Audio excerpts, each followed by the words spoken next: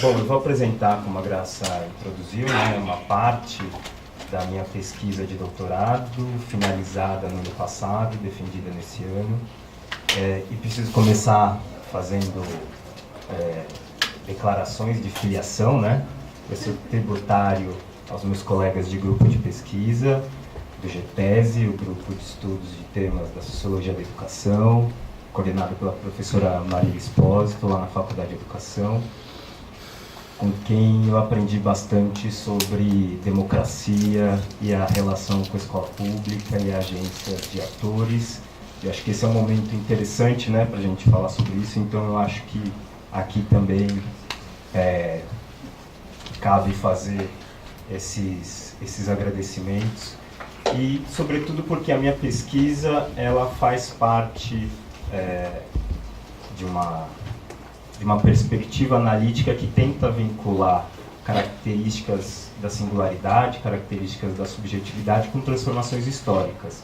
Eu fiz uma pesquisa sobre ingresso na Universidade de São Paulo de jovens estudantes vindos de escola pública, sobretudo do que se tradicionalmente denomina camadas populares, né? Mas aí a gente pode conversar se é subalterno, se é filhos de trabalhadores, se é nova classe média, se é classe C, etc. E a minha perspectiva de análise foi bem ancorada, bastante ancorada nos estudos que o grupo vem desenvolvendo já há alguns anos sobre o referencial teórico-metodológico do sociólogo franco-peruano Danilo Martuchelli, que a gente vem estudando bastante, e eu incorporei nas análises dois conceitos fundamentais pelos quais eu articulei a pesquisa, que são as noções de individuação, então a reflexão sobre a construção dos indivíduos por esta sociedade, quais são os indivíduos fabricados por essa sociedade em transformação, e a noção de provas. Então, para refletir sobre estudantes de escola pública, transformações culturais, como redução da taxa de natalidade, como transformações na esfera do casamento, como transformações culturais diversas, desde religiosidade, etc., incluindo políticas de valorização do salário mínimo dos anos recentes, né? Então, esse é o eixo que, baseado nessa perspectiva de tentar articular indivíduo e sociedade, de tentar articular biografia e história, eu me calquei, então, nesse eixo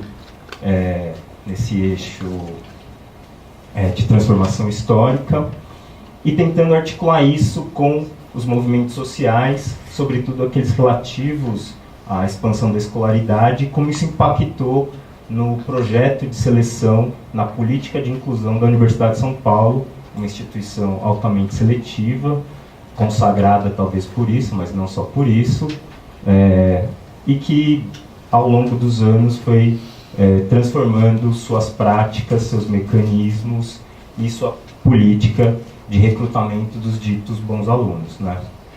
Então, nessa perspectiva mais ampla de análise, eu me baseei em dados relativos a estudantes que frequentaram um cursinho pré-vestibular organizado pela própria Universidade de São Paulo para alunos de escola pública que tiveram, em anos anteriores, bom desempenho no vestibular da FUVEST, né?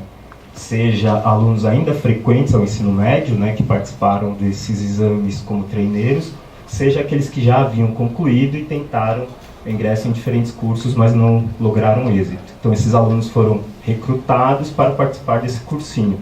Esse cursinho, que foi chamado de PPVUSP, Programa Preparatório para o Vestibular da USP, contou com a participação de docentes, estudantes de graduação e pós-graduação da universidade, e aconteceu em polos diferentes, espalhados por diferentes campi da universidade, com essa lógica de um reforço de conteúdos, né, das disciplinas do ensino médio avaliadas no exame vestibular, mas não só, também baseado num estudo sobre a própria avaliação da FUVEST. Foi uma reação a uma tentativa de criação de um outro mecanismo de ingresso em 2012, após a promulgação da Lei de Cotas, né, chamada Lei de Cotas pelo Supremo Tribunal Federal. Em 2012, a universidade discutiu a possibilidade de criar um mecanismo de ingresso de alunos de escola pública, com um recorte, pela primeira vez, também étnico-racial, que foi chamado de PIMESP, um Programa de Inclusão com Mérito ao Ensino Superior Paulista. Era um programa que abarcaria tanto a Universidade de São Paulo quanto as demais instituições, Unesp, Unicamp e também a Faculdade de Lorena, na época, outras instituições do ensino superior. Bom, dessa discussão resultou a proposta de se fazer uma espécie de um college, né, na USP. Então, esses alunos aprovados com esse recorte social, egressos de escola pública com um recorte étnico-racial, não ingressariam na universidade, mas participariam de uma preparação para ingressar na universidade que possibilitaria uma certificação superior para os que não tivessem êxito e aí fossem aprovados nessa instância de mediação. Foi rechaçada internamente, né, pelas diversas unidades da universidade, muitos movimentos sociais se levantaram contra isso, e como resultado de uma discussão que foi rápida, mas intensa, saiu essa proposta de criação de um cursinho pela própria universidade e da modificação da política de bonificação que tinha começado já em 2006, possibilitando agora algum acréscimo de nota no exame vestibular também para quem se autodeclarasse como parte do grupo denominado PPI, né, Pretos, Pardos e Indígenas, além de aumento do bônus para os alunos de escola pública.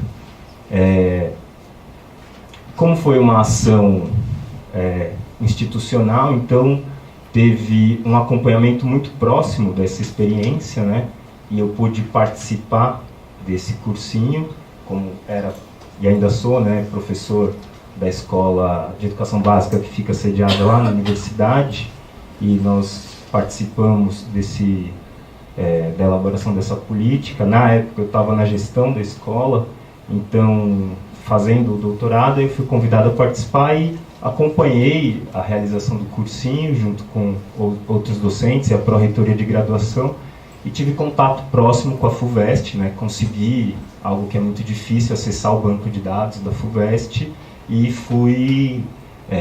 pude utilizar isso para fazer uma pesquisa sobre essa experiência de preparação, então, de bons alunos já, né, alunos quase ingressantes, para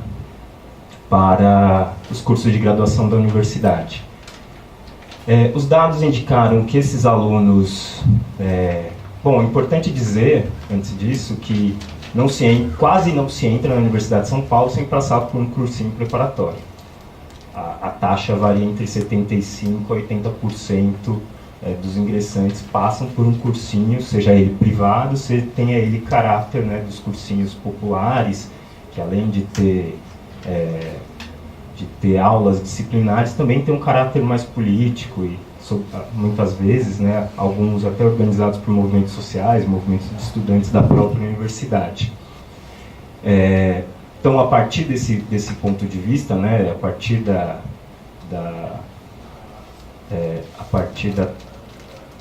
verificação disso, a universidade então foi atrás de preparar os seus bons alunos para ingressar nos seus cursos. Essa experiência foi muito interessante, foi um cursinho pensado para 1.000 estudantes, mas que acabou abarcando em torno de 680, e ao longo do tempo tiveram algumas desistências por razões diversas, e logrou êxito, né? Teve 90 estudantes ingressantes em diferentes cursos, dá uma taxa de 15% daqueles que chegaram até o final do cursinho, que é algo próximo aí a alguns outros cursinhos mais consolidados.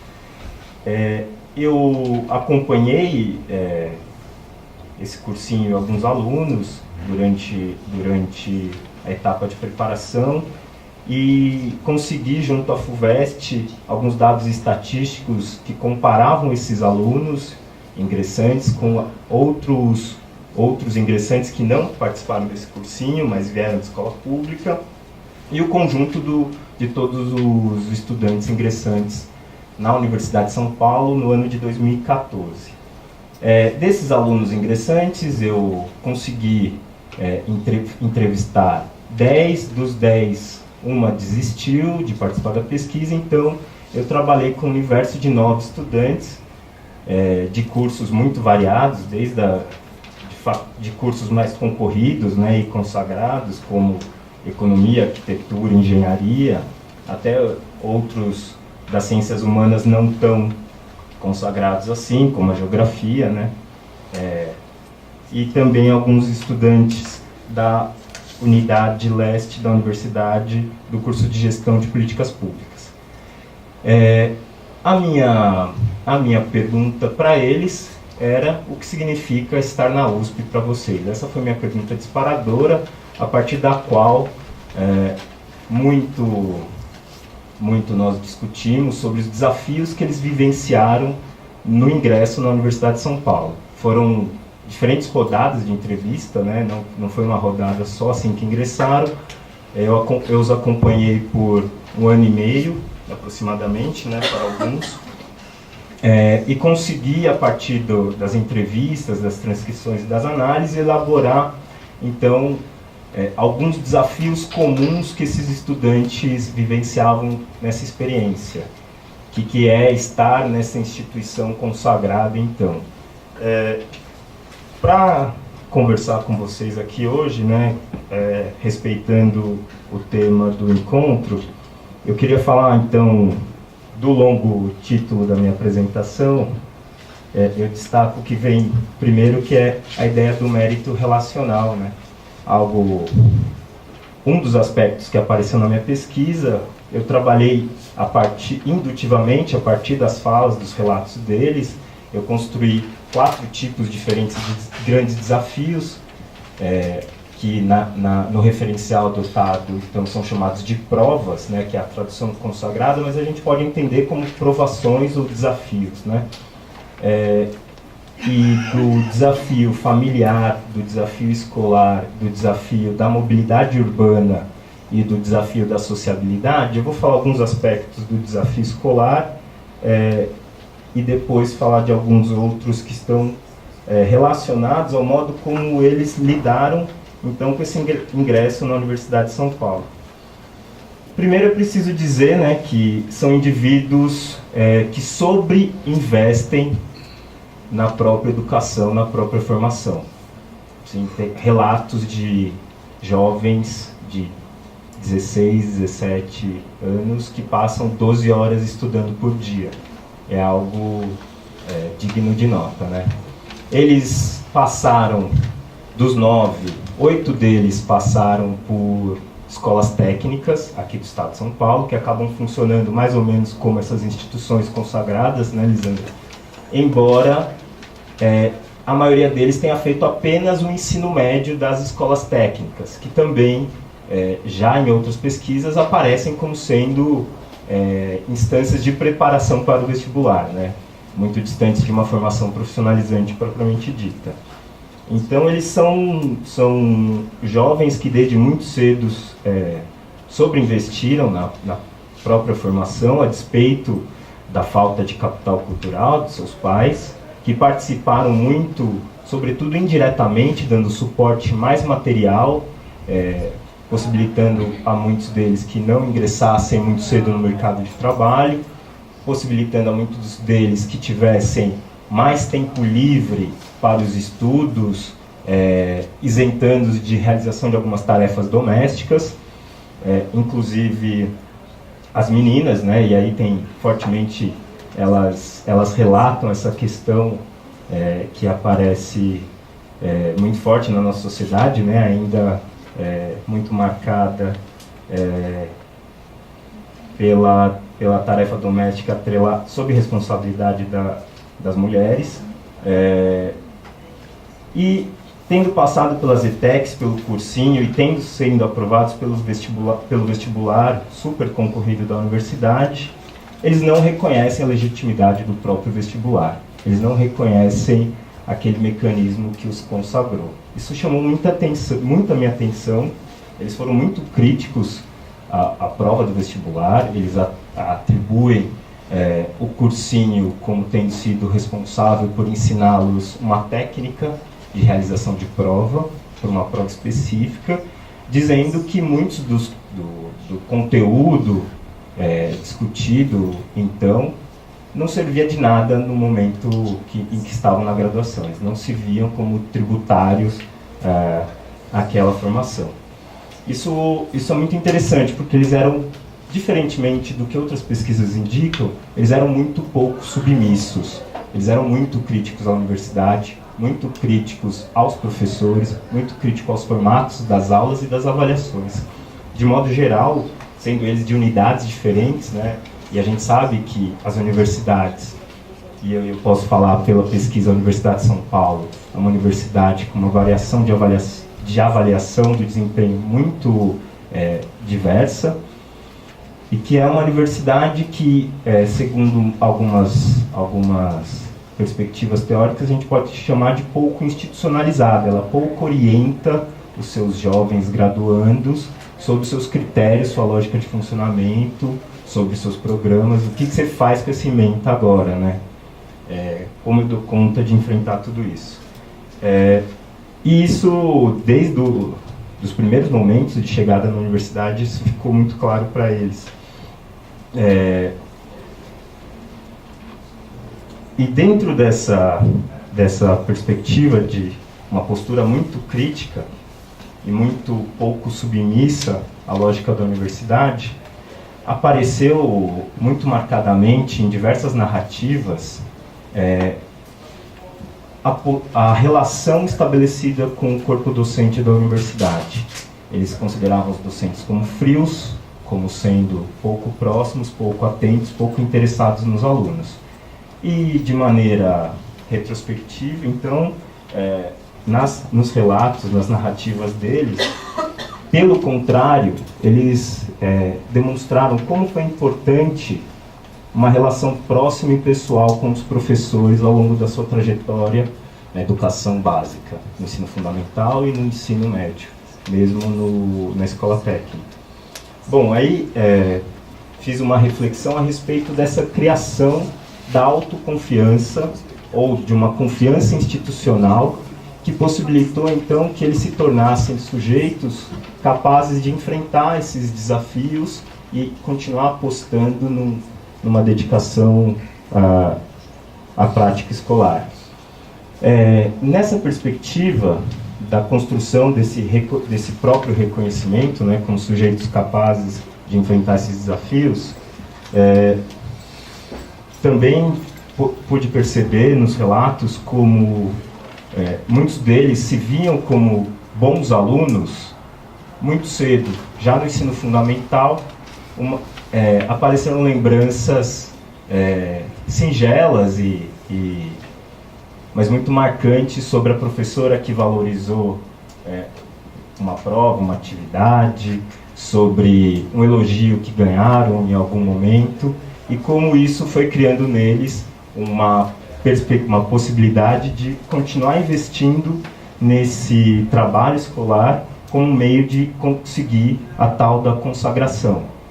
É claro que, como outras pesquisas indicam, né, isso ao longo do tempo vai formando um acúmulo, vai engrossando o caldo, e eles vão dando conta com muito mais facilidade dos trabalhos escolares. Isso não é tanto atrelado pela análise das entrevistas ao desempenho em si. Não é que eles eram excelentes, mas eles faziam o trabalho, eles eram os esforçados, os que retribuíam o investimento do trabalho professoral. Então, nesse juízo professoral, se estabelecia uma empatia entre alunos e professores, e eles destacavam que, nessa relação, os professores os viam de maneira pessoalizada. Conseguiam, numa lógica diferencial, perceber suas características próprias. Então, nessa discussão sobre o mérito, eu ponderei algumas questões a respeito da nossa história, da nossa transformação histórico-social, mas, a despeito do que o professor Gessé Souza tanto critica, ainda havia ali, muito marcadamente, na fala desses sujeitos entrevistados e pesquisados, algo que na década de 30 tanto se atribuía à nossa cultura, né, essa mistura entre o público e o privado, essa valorização da pessoa e não do indivíduo, essa busca não por critérios objetivos, né, que as avaliações em larga escala possibilitam, mas aquilo que está muito dentro das avaliações escolares, que é essa perspectiva das características singulares dos indivíduos. Isso foi, ao longo do tempo, possibilitando, então, uma reverberação da avaliação escolar, como criando uma confiança nesses indivíduos, que era pelo trabalho escolar que eles conseguiriam uma consagração social. E foi muito forte que e nenhum deles apareceu desde muito cedo a USP como norte, né? Era fazer o trabalho escolar para ganhar aquela pequena consagração daquele professor que eles valorizavam e que o valorizavam. Isso foi gerando, então, e aí eu uso uma imagem do próprio Martuchelli, um palimpsesto, né, uma sobreposição de camadas, que possibilitou que eles chegassem até a universidade, que eles enfrentassem o desafio do vestibular com êxito. Mas na universidade, então, cadê aquilo tudo que me trouxe até aqui? Muitos deles demonstraram, então, uma perspectiva até de frustração com a universidade. Eles eram muito críticos, porque nessa instituição de excelência que, de certa maneira, quer que o jogo se jogue sozinho, né? Temos bons alunos, se vira aí, vai dar conta do seu trabalho. Eles sentiam muita falta, então, de um acolhimento, talvez, professor, por parte da instituição. Isso é muito interessante, fazendo uma outra reflexão, no que diz respeito a um dos aspectos da crueldade do mérito, né? Para dar conta de tudo isso e para chegar até lá, eles tiveram uma sociabilidade, de certa forma, amputada. Deixaram de lado um aspecto muito importante desse ciclo de vida, né? Ou desse percurso específico de vida, que é a sociabilidade. Por muitas vezes, os relatos são dramáticos, assim, né? De não tenho amigos mesmo, tenho colegas na escola, mas o que você faz no tempo livre? Estudo. E quando você não estuda? Dorme. E que mais? Quando minha irmã vai ver um filme, às vezes ela me chama porque ela vai ver se eu estou vivo. São umas coisas impressionantes, assim, como isso é muito forte. Mas dentro da universidade, eles começam a perceber que para voltar a lograr êxito, para se filiar, para entender qual é a lógica em jogo, quais são as regras do jogo universitário, eles vão precisar participar de grupos e associações. E nisso tem um despertar de uma identidade, de uma perspectiva de jovem construtor cultural, um jovem produtor de formas de vida e de expressão que até então eles não vivenciaram. Então a universidade é vivida como uma instância de libertação identitária para muitos deles. Então muitos deles se reafirmam de diversas formas, colocam em xeque a formação religiosa familiar, colocam em xeque a orientação sexual, colocam em xeque alguns aspectos da sociabilidade, principalmente da influência familiar e escolar anterior. E vão se ver tendo, então, que participar de diferentes esferas da vida universitária, como as atléticas, as festas, os centros acadêmicos, os grupos de pesquisa. E aí, nesse quesito, as bolsas de estudo desempenham um papel fundamental, né, de possibilitar o tempo livre para que eles continuem estudando. E aí a mobilidade urbana, como são jovens pobres, geralmente de regiões periféricas, distantes da Universidade de São Paulo, eles veem o fator mobilidade como mais um obstáculo que impossibilita que eles voltem a competir em igualdade de condições com seus colegas na dinâmica acadêmica universitária.